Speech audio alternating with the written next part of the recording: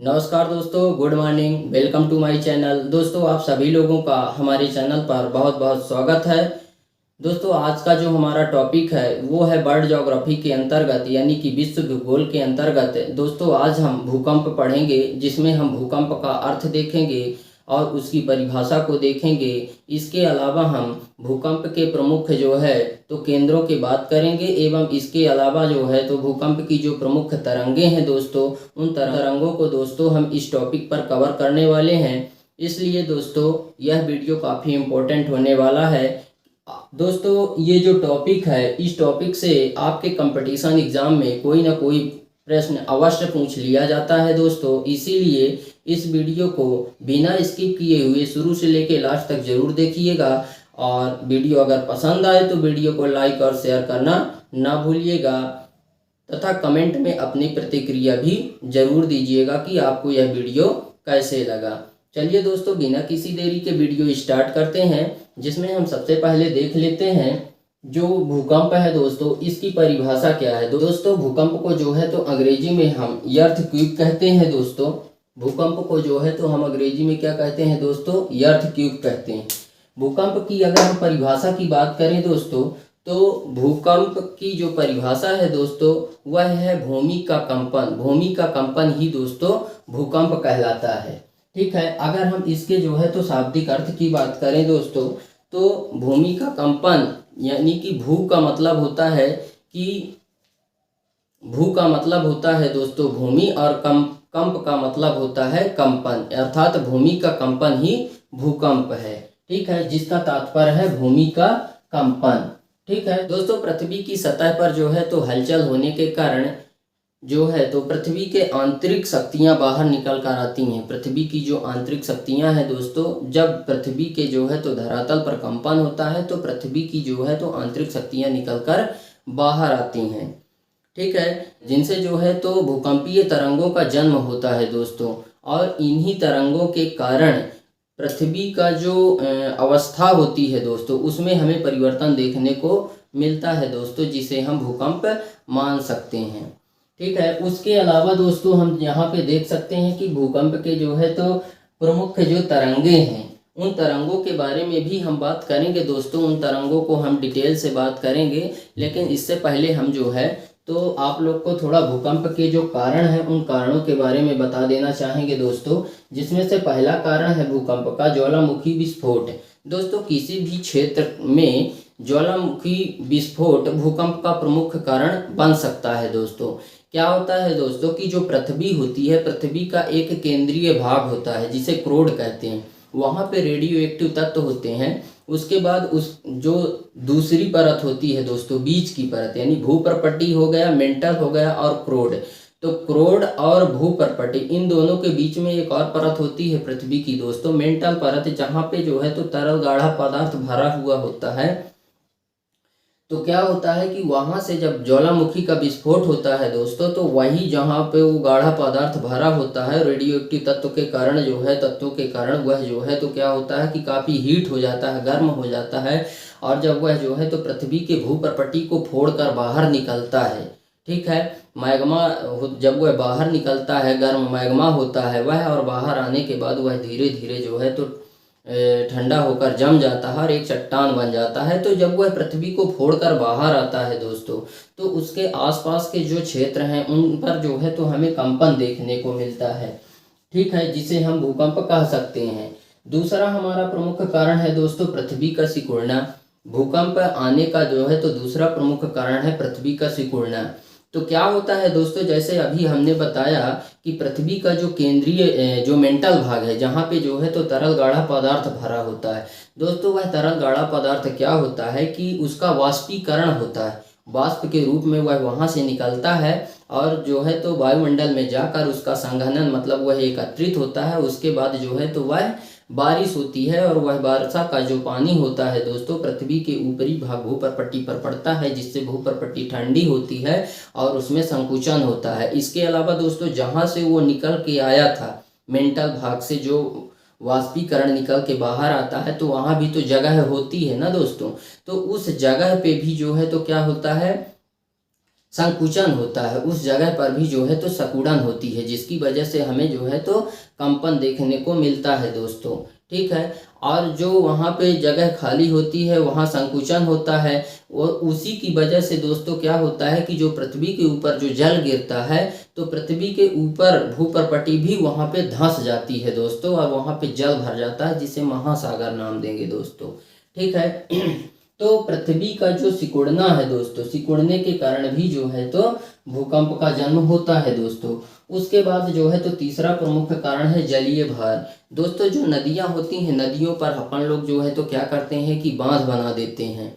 उन बांध पर जो है तो इतना ज़्यादा मतलब उसकी क्षमता से ज़्यादा वहाँ पे अपन लोग क्या करते हैं कि जल भर देते हैं, जिसकी वजह से जो है तो जो उसके नीचे की जो चट्टानें हैं वो चट्टानें क्या होती हैं, कमज़ोर हो जाती हैं।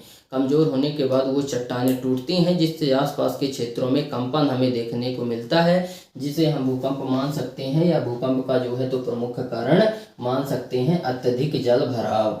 ठीक है, उसके बाद हमारा जो चौथा कारण है दोस्तों वो है प्लेट विवर्तनिकी। ठीक है, प्लेट विवर्तनिकी कारण। प्लेट विवर्तनिकी का मतलब होता है दोस्तों प्लेटों का विवर्तन, यानी कि प्लेटों का बिखर जाना। दोस्तों ये संपूर्ण पृथ्वी जो है तो चट्टानों से बनी हुई है, तो प्लेटें जो हैं तो प्लेट अपन चट्टान को ही कहते हैं। जब चट्टानें एक दूसरे से दूर होती हैं, खिसकती हैं, उनमें परिवर्तन होता है, तभी दोस्तों जो है तो परिवर्तन होता है, जिसकी वजह से वो भूकंप की स्थिति बनती है दोस्तों। उसके आसपास के क्षेत्र जहाँ से जो है तो चट्टानें खिसकती हैं, तो उसके आसपास के जो क्षेत्र होते हैं दोस्तों वो वहाँ पे हमें कंपन महसूस होता है, कम से हम भूकंप कह सकते हैं दोस्तों। तो क्या होता है कि जो है तो प्लेट विवर्तनिकी जैसे क्या होता है कि सूर्य का प्रकाश जब सुबह है, दिन के समय में जब सूर्य का प्रकाश कड़ा प्रकाश जब जो है तो चट्टानों पर पड़ता है, तो चट्टानें क्या होती हैं दोस्तों, गर्म होती हैं, जिसकी वजह से उसमें वो फैलती हैं। ठीक है, और फैलती हैं, और रात्र के समय में जब जो है तो तापमान कम होता है तो वो चट्टानें क्या होती हैं, सिकुड़ती हैं। तो फैलने और सिकुड़ने के दरमियान, ठीक है, उसके दौरान फैलने और सिकुड़ने के दौरान क्या होता है कि चट्टानें कमज़ोर होती हैं, और जहाँ से कमज़ोर होती हैं वहीं से वह चट्टानें टूट जाती हैं, और उसके आसपास के क्षेत्र में हमें कंपन महसूस होता है। ठीक है, जिसे हम भूकंप नाम दे सकते हैं। तो भूकंप का जो है तो प्रमुख कारण है प्लेट टेक्टोनिक कारण। ठीक है, उसके अलावा अगर हम भूकंप के प्रमुख केंद्रों की बात करें तो दोस्तों जहाँ से भूकंप की उत्पत्ति होती है, जहाँ से जो है तो भूकंपीय तरंगें मुक्त होती हैं, उसे हम भूकंप केंद्र कहते हैं। और जहाँ पे वो पृथ्वी के ऊपर निकल कर आती हैं, पृथ्वी के जो भूपर्पटी पर जहाँ पे वो जन्म लेती हैं, जहाँ पे जो है तो पृथ्वी के नीचे से निकल करके आती हैं दोस्तों, उसे हम जो है तो क्या कहेंगे, उसे हम अधिकेंद्र कहेंगे। जैसे मान लेते हैं दोस्तों ये हमारी जो है तो क्या है, ये हमारी जो है तो पृथ्वी है दोस्तों।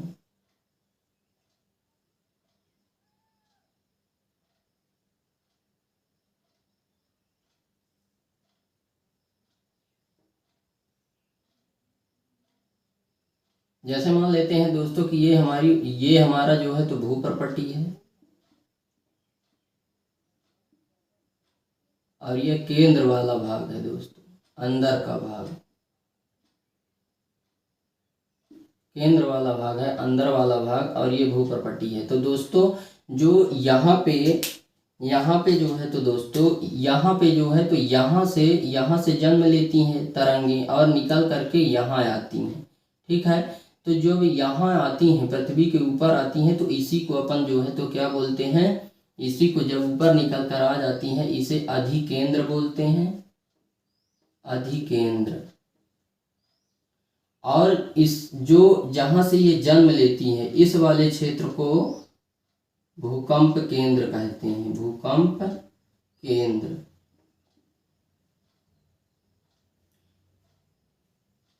जहाँ से जो है तो तरंगे मुक्त होती हैं उसे भूकंप केंद्र, और जहाँ से निकलती हैं, जहाँ पे निकल के आती हैं उसे जो है अधिकेंद्र कहते हैं। ठीक है, तो इस तरह से दोस्तों हमने जो है तो भूकंप के केंद्रों को देखा। इसके अलावा हम बात कर लेते हैं थोड़ा दोस्तों ये भूकंपीय तरंगों की। दोस्तों जो भूकंपीय तरंगें होती हैं वह 3 प्रकार की होती हैं, प्राथमिक तरंग, द्वितीयक तरंग और यल तरंग। यल तरंग बोले तो सतही तरंग, मतलब जो है तो पी यानी प्राइमरी तरंगे, प्राइमरी वेव्स और जो है तो सेकेंडरी वेव्स और लव वेव्स।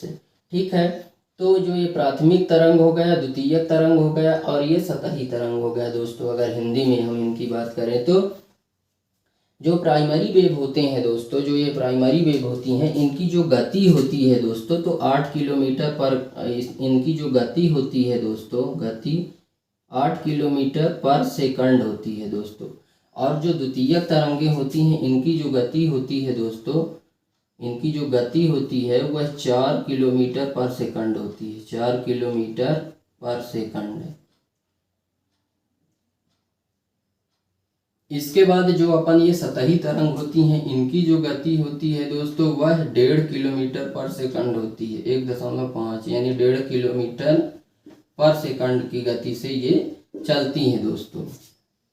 ठीक है, यह जो है तो जन धन की कम हानि करती है। इनसे जो क्षति होती है दोस्तों, इनसे जो क्षति होती है वह कम होती है। ठीक है, और इनसे जो क्षति होती है वह औसत क्षति होती है।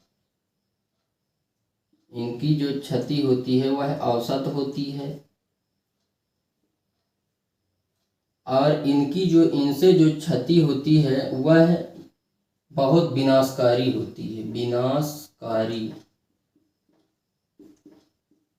इनसे जो है तो विनाशकारी क्षति होती है, विनाशकारी। मतलब जो ये तरंग होती है, सतही तरंग, यह जो है तो बहुत ज़्यादा मात्रा में जो है तो जनधन की हानि करती है दोस्तों। उसके अलावा यहाँ पे जो है तो जो ये प्राथमिक तरंग होती है दोस्तों, तो इसकी जो है तो हमने गति देख ली और इनके जो है तो क्षति देख ली कि कितना करती हैं। और इसे जो है तो अनुदैर्ध्य तरंगे कहते हैं दोस्तों। क्या कहते हैं? इसे अनुदैर्ध्य तरंग कहते हैं,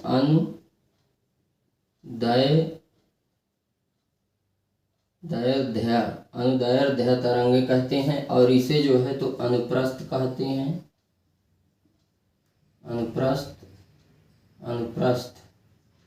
ये भी अनुप्रस्थ होती है,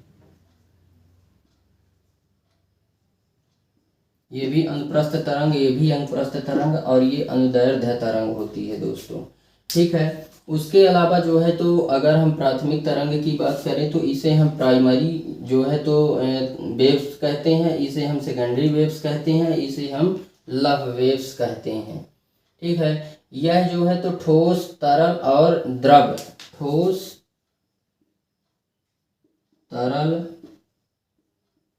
व द्रव, यह जो है तो इन तीनों ही स्थितियों में यह जो है तो गति कर सकती है दोस्तों। जो ये प्राथमिक तरंग होती है वह ठोस, तरल और द्रव तीनों ही स्थितियों में गति कर सकती है। जबकि जो द्वितीयक तरंग होती है दोस्तों, यह केवल ठोस गति में जो है तो ठोस में जो है तो केवल गति कर सकती है, केवल ठोस में। ठीक है, यह केवल ठोस में जो है तो गति कर सकती है, यानी कि चल सकती है।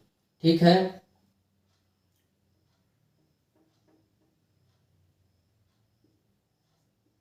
चल सकती है, यह केवल ठोस भाग में चलती है और यह ठोस, तरल और द्रव तीनों में चलती है। और जो ये सतही तरंग होती है दोस्तों, यह केवल धरातल में चलती है। कहाँ चलती है? चलती है, कहाँ पे चलती है? ये केवल धरातल में, केवल धरातल में जो है तो चल सकती है यह दोस्तों। जो ये प्राथमिक तरंग होती है यह जो है तो ठोस, तरल और द्रव में चलती है। और जो द्वितीयक तरंग होती है यह केवल ठोस भाग में चलती है। और जो सतही तरंग होती है वह केवल धरातल में चलती है। ठीक है, तो इस तरह से जो है तो दोस्तों हमने जो है तो प्राथमिक, द्वितीयक और जो है तो सतही तरंग को हमने जो है तो देखा है। तो इस प्रकार से दोस्तों उम्मीद करते हैं कि आपको यह वीडियो पसंद आया होगा। वीडियो अगर पसंद आया है तो वीडियो को लाइक और शेयर जरूर करें। और दोस्तों अगर अभी तक आप लोगों ने हमारे इस चैनल को लाइक और सब्सक्राइब नहीं किया है तो प्लीज़ लाइक और सब्सक्राइब कर दें एंड बेल आइकन भी प्रेस कर दें, ताकि हमारी नई नई वीडियो की नोटिफिकेशन आप तक सबसे पहले मिले। तो दोस्तों आज के लिए बस इतना ही, मिलते हैं आप सभी से नेक्स्ट वीडियो में। जब तक के लिए जय हिंद।